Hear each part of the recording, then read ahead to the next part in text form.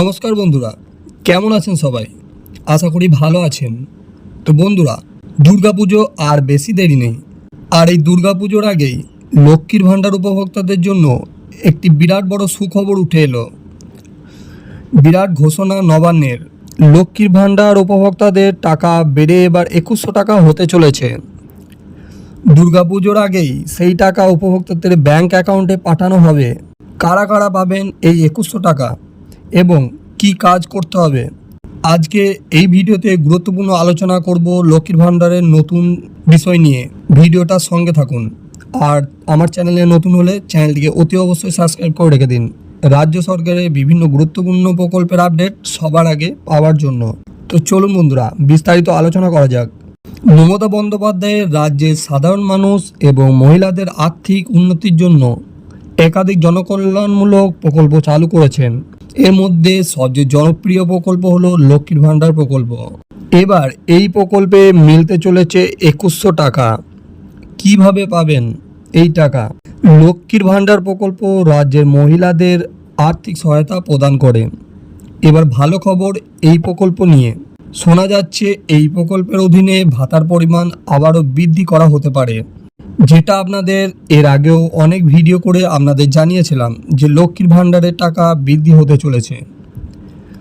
বর্তমানে লক্ষ্মীর ভাণ্ডার প্রকল্পের অধীনে সাধারণ শ্রেণীর মহিলারা প্রতি মাসে 1000 টাকা এবং তপশিলি জাতি এবং উপজাতি শ্রেণীর মহিলারা প্রতি মাসে 1200 টাকা করে আর্থিক সহায়তা পান।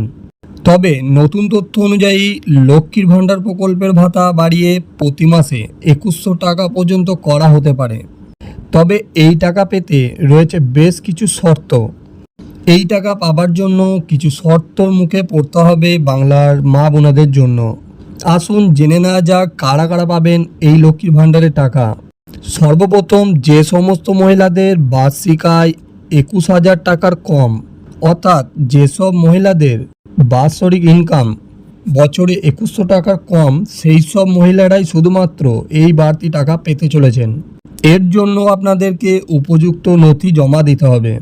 পঞ্চায়েত থেকে আপনি ইনকাম সার্টিফিকেট জমা দিলেই আপনার টাকা আপনার ব্যাংক অ্যাকাউন্টে ক্রেডিট হতে পারে। লক্ষ্মীর ভাণ্ডার প্রকল্পের ভাতা বাড়ানোর খবরে রাজ্যের মহিলারা যে খুশি হবেন তা বলাই বাহুল্য। নির্বাচনের আগে ভাতা বৃদ্ধির দিকেই তাকিয়ে রয়েছেন তারা। বহুদিন ধরেই লক্ষ্মীর ভাণ্ডারে টাকা বাড়বে বলে শোনা যাচ্ছিল বিভিন্ন মহলে। এবার সত্যিই বাড়তে পারে এই প্রকল্পের টাকা। যদিও এই বিষয়ে সরকারিভাবে এখনও কোনো ঘোষণা হয়নি, তবে বিশেষ মহল থেকে জানানো যাচ্ছে 2026 সালে বিধানসভাকে কেন্দ্র করে এই সিদ্ধান্ত কার্যকর করা হতে পারে।